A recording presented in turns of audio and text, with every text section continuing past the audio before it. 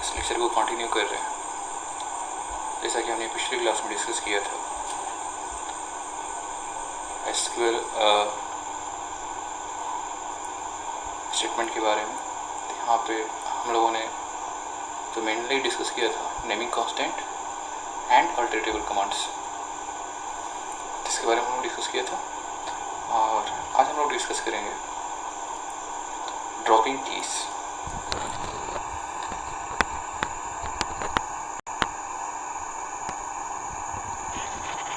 तो उसी में आगे हम लोग कंटिन्यू करते हैं अल्टरनेटिव कमांड में। तो कीज के बारे में आप लोगों को पता ही होगा कि कीज क्या होती है, प्राइमरी की क्या होती है, फॉरेन की क्या होती है, इसको कई बार बताया जा चुका है। और प्राइमरी की और फॉरेन की हम लोग डिफाइन कैसे करते हैं, इसको भी बताया जा चुका है। हमारा मेन मोटिव ये है कि अगर हमें इनकी का यूज़ नहीं है तो हम इनको ड्रॉप कैसे करेंगे। सपोज करिए कि डेटाबेस हम क्रिएट करते हैं, तो at time of creation we have created primary key and foreign key in the last SQL statement. Just look at here. Okay. देखिए यहाँ पे इस स्टेटमेंट में हमने create table teacher ID integer, first name varchar 20 not null, last name varchar 20, gender char 1, salary decimal, date of birth date, department number integer. और यहाँ पे जो हमने डिफाइन किया था कांस्टेंट, प्राइमरी की कांस्टेंट जो हमने इस टेबल की टीचर आईडी फील्ड पे लगाया था, और दूसरा कांस्टेंट जो था फॉरेन की कांस्टेंट जो हमने डिपार्टमेंट नंबर पे क्रिएट किया था। तो हमने दो कांस्टेंट क्रिएट किए थे। सपोज करिए कि अगर मुझे लगता है कि इन दोनों कांस्टेंट की ज़रूरत नहीं है तो हम डिटेल स्टेटमेंट का यूज़ करके हम इन दोनों कांस्टेंट को ड्रॉप भी कर सकते हैं। तो अगर हमें ड्रॉप करना हो तो हम कैसे ड्रॉप करेंगे, हम इस SQL स्टेटमेंट में देखेंगे। तो हम देखते हैं यहाँ पे कैसे हम ड्रॉप करेंगे। Okay, dropping keys of foreign key primary keys can be drop by using the alternative statement. यानी कि हमें ड्रॉप करना है तो हमें अल्टरनेटिव स्टेटमेंट का यूज़ करना होगा। वेल, तो यहाँ पे जो हमें ड्रॉप करना है, just look at here, a foreign key primary keys can be dropped by using the alternative command. Okay, for example अगर हमें जो हमने फॉरेन की कांस्टेंट क्रिएट की था टीचर एफ के, अगर मुझे इसको ड्रॉप करना है तो कैसे हम ड्रॉप करेंगे। जो हमारा स्टेटमेंट होगा alter table teacher drop foreign की टीचर फॉरेन की। तो यहाँ पे आप देख रहे हैं कि अल्टर टेबल यानी कि हम टेबल को चेंज करना चाहते हैं इसकी डिफिनीशन, अल्टर टेबल टीचर यानी टीचर टेबल को हम चेंज करना चाहते हैं। क्या चेंज करना चाहते हैं, ड्रॉप फॉरेन की यानी कि फॉरेन की कांस्टेंट को हम लोग ड्रॉप करना चाहते हैं और उस फॉरेन की का नाम क्या है, इन दोनों को यहाँ पे मेंशन करना होगा। कास्केड और रिस्ट्रिक्ट ऑप्शन, इसके बारे में ऑलरेडी आप लोग बताया चुका है, जिसको हम डिस्कस नहीं करेंगे। फिर हम आगे आते हैं अगले स्टेटमेंट पे। देखिए यहाँ पे alter table teacher drop primary की टीचर प्राइमरी की, दूसरा है जो हमने प्राइमरी की क्रिएट किया था। अगर इसको भी ड्रॉप करना है तो सेम स्टेटमेंट। तो यहाँ पे आप ध्यान से इसको देखिए, अल्टर टेबल टीचर यानी कि हम टीचर टेबल को चेंज करना चाहते हैं। क्या करना चाहते हैं, ड्रॉप प्राइमरी की टीचर्स पी के, यानी कि हम यहाँ पे जो प्राइमरी की कांस्टेंट है इसको हम ड्रॉप करना चाहते हैं और उस कांस्टेंट का नाम क्या है उसको हम यहाँ पे मेंशन करेंगे। तो इस तरीके से हम इसको यहाँ से रिमूव कर सकते हैं। Next is adding constant. Okay, अब देखिए एडिंग कांस्टेंट का यूज़ क्या है कि सम टाइम होता है क्या है कि हम लोग टेबल को डिफाइन करते हैं, वहाँ पे different kind of keys constant को ऐड करते हैं, लेकिन कभी कभी ज़रूरत पड़ जाती है कि हम दूसरे फील्ड पे कोई कांस्टेंट अप्लाई करें उस टेबल के दूसरे फील्ड पे या किसी और फील्ड में कोई कांस्टेंट अप्लाई करें तो इसको कैसे करेंगे? It is situation when you want to add a constant after creating the table. यानी कि आपको कांस्टेंट ऐड करना है टेबल क्रिएशन के बाद में, तो कैसे करेंगे? इसका जो स्टेटमेंट है देखिए यहाँ पे, if you want to add foreign key constant back command would be, यानी कि आप टेबल क्रिएट कर चुके हैं, अब आपको फॉरेन की कांस्टेंट ऐड करना है। तो इसका जो स्टेटमेंट होता है देखिए यहाँ पे, alter table teacher well then add constant, we need to what, add the constant, हमें कांस्टेंट ऐड करना है। तो कौन सा कांस्टेंट होगा? टीचर्स एफ के, जो कांस्टेंट का नेम है उस कांस्टेंट का नेम डिफाइन करेंगे। देन आफ्टर कौन सा कांस्टेंट है? टीचर एफ के, यानी कि ये फॉरेन की कांस्टेंट है, तो इस फॉरेन की कांस्टेंट को डिफाइन करेंगे on which field, department number field पे, टीचर टेबल के डिपार्टमेंट नंबर फील्ड पे हमें फॉरेन की ऐड करना है। Okay, reference department ID on delete set null, तो किस टेबल को रिफर करेगा? डिपार्टमेंट आईडी को रिफर करेगा, और बाकी set on delete set null, on update set null, ये चीज़ें आपको बताई जा चुकी हैं, जिसको हम रिपीट नहीं करेंगे। लेकिन मेन जो मोटिव है, how we add the constant, तो हमारा जो इम्पोर्टेंट लाइन है, add constant teacher F K और पी के। सपोज प्राइमरी की ऐड करना हो तो उसका नाम हम डिफाइन करेंगे, और यहाँ पे कौन सी की है, अगर मुझे प्राइमरी की डिफाइन करना होगा तो इस पर्टिकुलर प्लेस पे हम क्या डिफाइन करेंगे, फॉरेन की। तो इस तरीके से हम कांस्टेंट को ऐड और कर सकते हैं। रिमूव करना हो तो ड्रॉप कांस्टेंट तो बताया जा चुका है। तो इस तरीके से देखें हम, तो इस क्लास में और पीछे जो क्लास में बहुत से लेक्चर डिस्कस हुए थे, तो एसक्यूएल कमांड को दो कैटेगरी में हमने कैटेगराइज किया था। SQL command sir basically DDL command and DML command. तो डीडीएल कमांड के बारे में मोस्टली जो सारी डीडीएल कमांड्स हैं वो हम यहाँ तक डिस्कस कर चुके हैं, और अब हम जो लोग डिस्कस करने जा रहे हैं, these are DML, data manipulation language. यानी कि हमने अभी तक जो काम किया वो डेटाबेस ऑब्जेक्ट को क्रिएट करने के लिए किया, उसकी डिफिनेशन को चेंज करने के लिए किया। फॉर एग्जांपल, आपने डेटाबेस क्रिएट किया, तो अपने डेटाबेस को क्रिएट किया, इसके बाद you are creating too many tables, तो अपने डेटाबेस ऑब्जेक्ट टेबल को क्रिएट किया। Then after you alter definition of table, you drop the table, अपने कंप्लीट टेबल को ड्रॉप किया।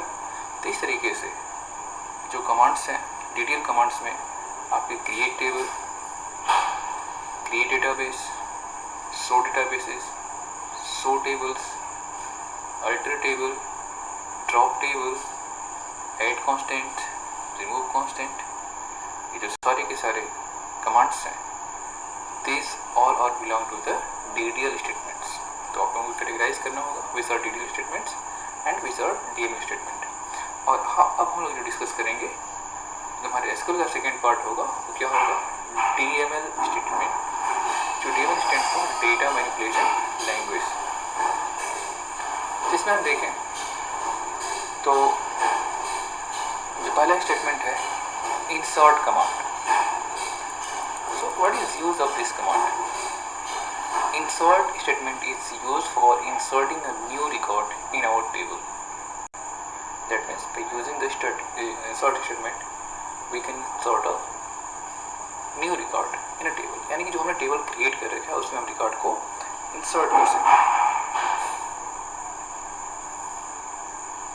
ओके, तो this line is very important, इसको अंडरलाइन कर दे रहे हैं, आप लोग इसको नोट कर लीजिएगा। यानी कि जो भी यहाँ पे स्टेटमेंट्स हैं हाईलाइटेड हैं, that means this line is important. इसको अगर नोट बनाएंगे तो इसको जरूर इंक्लूड कर लेंगे। This command is used to insert और टपल इन रिलेशन। एक टपल मतलब एक रो को इंसर्ट करेंगे। तो कैसे हम लोग इंसर्ट करेंगे? उसका स्टेटमेंट होता है, must specify the name of relation in which tuples to be inserted and the value. The value must be in same order specified the create table command. ये लाइन भी इंपॉर्टेंट है. Okay, देखिए यहाँ पे जब हम किसी टेबल में वैल्यू को इंसर्ट करते हैं तो दो तरीके होते हैं. पहला तरीका यह होता है कि हमने जिस ऑर्डर में टेबल को क्रिएट किया हुआ है, तो हम नीचे वाले एग्जांपल को देखें. हम नीचे वाले एग्जांपल में देखें तो teacher ID integer, first name varchar 20 not null, last name varchar 20.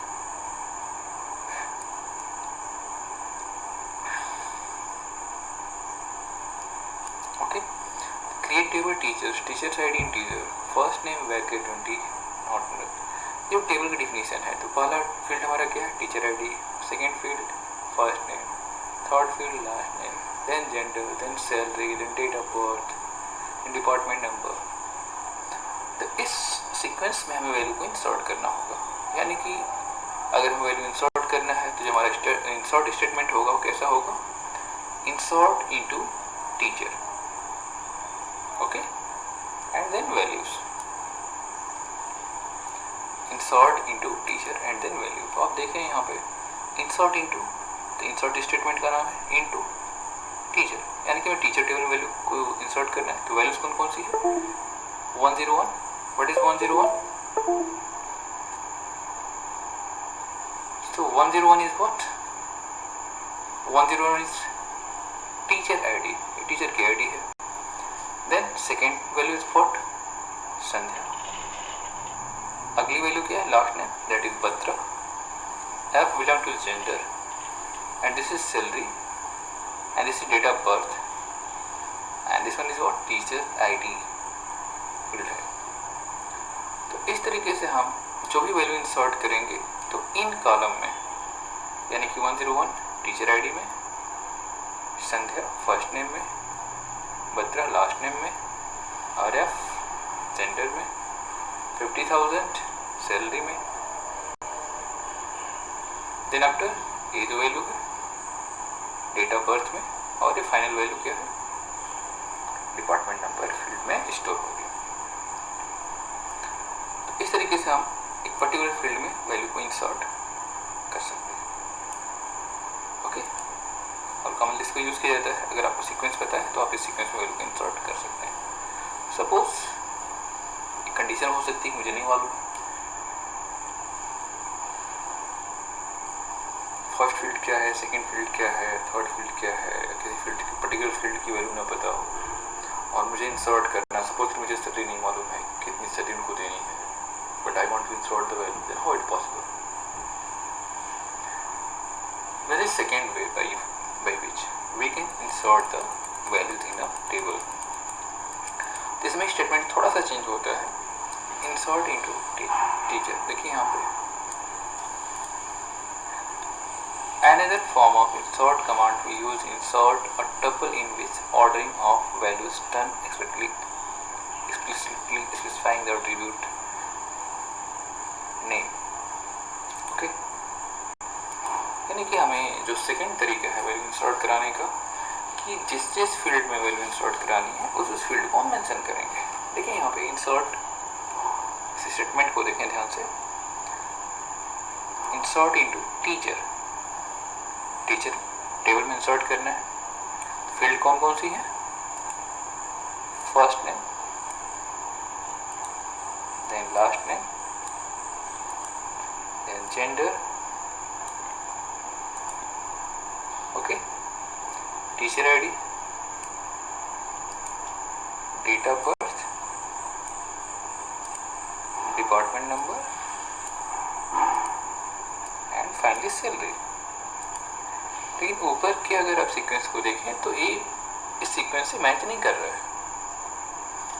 हमें फर्स्ट नेम पहले इंसर्ट करना था, फर्स्ट नेम पहले इंसर्ट कर लिया, लास्ट नेम उसके बाद इंसर्ट करना तो हमने इंसर्ट करवा लिया. तो आप देख रहे हैं कि जिस ऑर्डर में आप चाहें उस ऑर्डर में वैल्यू को इंसर्ट करवा सकते हैं. और जो भी वैल्यूज होंगी उस पर्टिकुलर कॉलम के रिकॉर्डिंग जाके टेबल में क्या होंगी? स्टोर होंगी.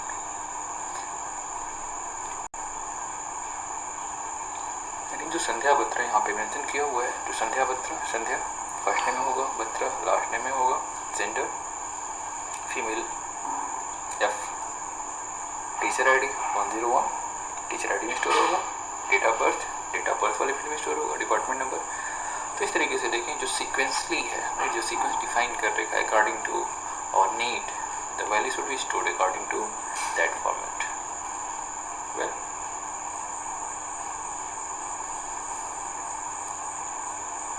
note that the value entered in order with respect to the attribute mentioned. If any attribute not is to specify default value is it used. अगर इसमें से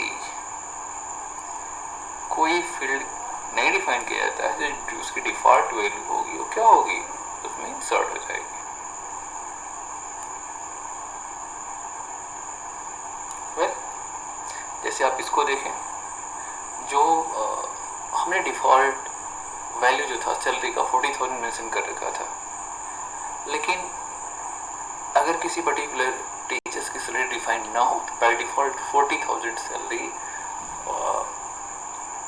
उसके सैलरी वाले फील्ड में ऑटोमेटिकली क्या हो जाएगी, इंसर्ट हो जाएगी, क्योंकि बाय डिफॉल्ट 40,000 को डिफाइन कर रखा है टेबल डिफिनीशन में।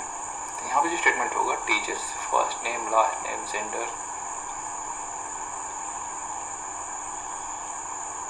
Date of birth and salary. Well, लेकिन यहाँ पे सैलरी में क्या कर रहे हैं, सैलरी में यहाँ पे देखिए संध्या, भद्रा, F101, इसको हम छोड़ दे रहे हैं कामा करके। तो उस केस में बाई जो डिफॉल्ट सैलरी होगी that will be automatically inserted in that particular table.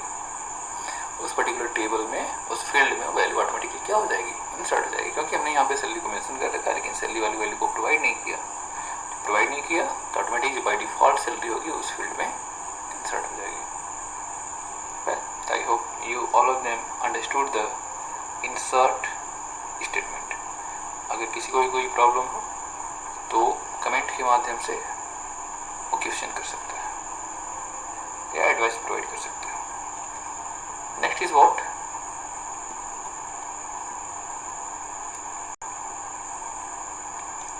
Update statement या update command. What is use of the update command? Basically update commands are used for updating the records in table, यानी कि table में values entry हो चुकी है, अगर उसमें कोई मॉडिफिकेशन करना हो then we can modify the record. Suppose करिए कि टीचर आईडी 101, यहाँ पे दिस कमांड देखिए, यहाँ पे इसको अंडरलाइन कर लीजिए। This command is used to update or attribute value of one or more tuples in a table. जो एक से ज़्यादा टपल्स की वैल्यू को चेंज करने के लिए इसका यूज किया जाता है, किसका, अपडेट कमांड का।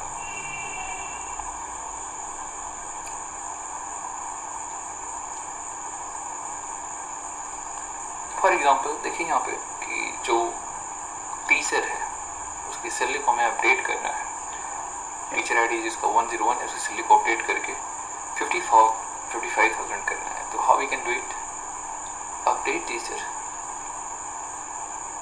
update teacher. What is update? It is statement name, teacher, that is what, table name. Update teacher. Set salary, salary कितनी होगी, 55,000 होगी, इसको सेट करेंगे। And then where teacher ID is 101 और फाइनली टीचर आईडी को mention करेंगे। तो इस तरीके से क्या होगा कि टीचर आईडी 101 में जो सैलरी, नई सैलरी 55,000 क्या हो जाएगी, सेट हो जाएगी।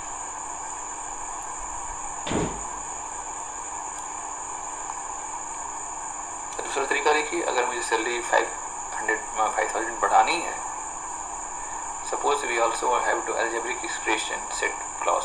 यहाँ पे अलजेब्रिक एक्सप्रेशन का भी सेट क्लॉज यूज कर सकते हैं। कैसे करेंगे, suppose it is suppose salary teachers and will be 5 increase salary 5,000। मुझे नहीं मालूम है कि टीचर की सैलरी क्या है, मुझे 5,000 सबका इंक्रीज करना है। तो कैसे इंक्रीज करेंगे, सिंपल स्टेटमेंट राइट डाउन करना हो तो यहाँ पे आप उसको इस एग्जांपल समझ सकते हैं।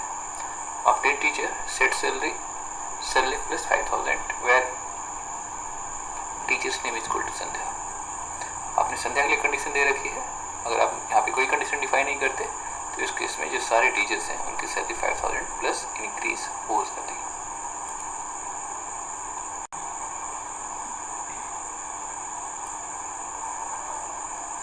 Salary is equal to salary plus 5000, यानी कि सैलरी होगी इसमें सैलरी में 5000 और ऐड हो जाएगा। तो इस तरीके से हम अपडेट स्टेटमेंट का यूज़ कर सकते हैं।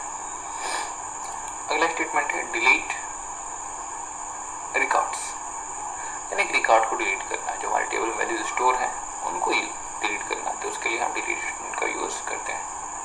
Delete from teacher where teacher ID is 101, अगर टीचर 101 का रिकॉर्ड रिप्लेस करना है हम स्टेटमेंट का यूज़ करेंगे और इस तरीके से हम उस रिकॉर्ड को रिमूव कर सकते हैं।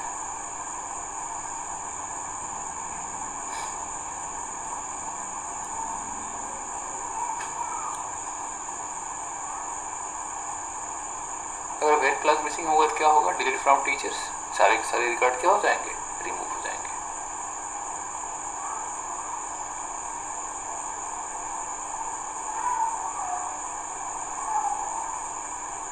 अगर वेयर क्लास नहीं होगा तो उस केस में सारे के सारे रिकॉर्ड्स क्या हो जाएंगे, रिमूव हो जाएंगे। Delete all the tuples, delete what, all the tuples.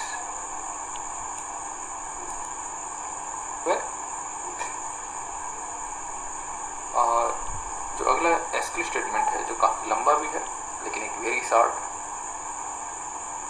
इसके बारे में इंट्रोडक्शन हो जाए। सेलेक्ट स्टेटमेंट, सेलेक्ट स्टेटमेंट का यूज़ क्या होता है, सेलेक्ट स्टेटमेंट का यूज़ होता है कि जो हमारे टेबल में जो वैल्यू स्टोर हैं उनको रिट्रीव करने के लिए हम सेलेक्ट स्टेटमेंट का यूज़ करते हैं। और अब सेलेक्ट स्टेटमेंट यूज़ करेंगे तो आप देखेंगे कि हर जगह सेलेक्ट स्टेटमेंट का यूज़ किया हुआ है। Different kind of users requirement के रिगार्डिंग हम डेटाबेस मैनेजमेंट सिस्टम से क्यूरी कर सकते हैं, उसके रिगार्डिंग इन्फॉर्मेशन हम गेट कर सकते हैं। सेलेक्ट स्टेटमेंट जो राइट डाउन करने का सिंटेक्स होता है, select attribute list from table list and where condition.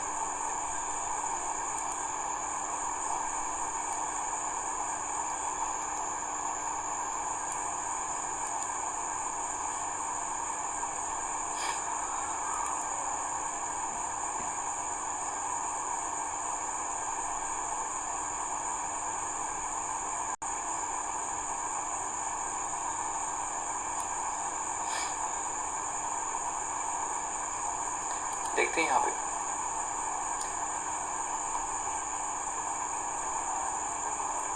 Statement select command is used to retrieve information from database. Select attribute list, कौन कौन से फील्ड होंगे उनको मेंशन करना होगा, फ्रॉम कौन कौन से टेबल्स होंगे, एंड देन आफ्टर कंडीशन। तो हम यहाँ पे देखते हैं इसमें बहुत सारे स्ट्रॉन्ग स्टेटमेंट्स होते हैं। जैसे हमने टीचर टेबल क्रिएट किया, इस टेबल को क्रिएट किया, अगर इस वैल्यू को शो करना है तो पहले वैल्यू को इंसर्ट करेंगे, इंसर्ट करने के बाद हम इस वैल्यू को शो भी कर सकते हैं। तो शो करने के लिए जो स्टेटमेंट्स होते हैं, देखिए यहाँ पे जो कांस्टेंट यहाँ पे मेंशन किए हुए हैं, हम इसको भी जब लैब करवाएंगे तो लैब वाले सेशन में एक ही कंटेंट को हम लोग 1 by 1 करके आप लोगों को दिखाएंगे कि लैब में इसको कैसे किया जाता है। सपोज कि टीचर टेबल है और डिपार्टमेंट टेबल है और इसमें मुझे एक जो पहले क्यूरी है, I want to retrieve all details from teacher table a particular teacher. एक पर्टिकुलर टीचर का डिटेल मुझे चाहिए, उसको रिट्रीव करने के लिए आप इस स्टेटमेंट का यूज़ करेंगे जिसका नाम क्या है, सेलेक्ट। और आपने स्टार कीवर्ड का यूज़ किया हुआ तो जितने भी फील्ड्स हैं उन सबको क्या करेगा, शो करेगा। लेकिन किसके लिए, इसका टीचर आईडी 101 है।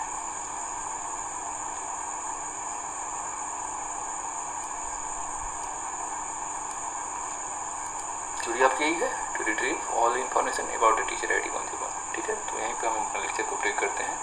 और जो डीडीएल स्टेटमेंट्स है, डेटा मैनिपुलेशन, डीडीएल तो हो चुका है, डीएमएल स्टेटमेंट्स हैं, काफ़ी इंपॉर्टेंट है और आपकी बुक में बहुत सारी डीएमएल स्टेटमेंट्स हैं। तो हम अगली क्लास में 1 by 1 उनको डिस्कस करेंगे और आप भी अपनी प्रॉब्लम नोट डाउन करके रखिएगा और जैसा भी हो कमेंट के माध्यम से हमें इन्फॉर्म करिए, तो उसको इंक्लूड करते हुए अगले लेक्चर में कंटिन्यू करेंगे। Okay, thank you all of you.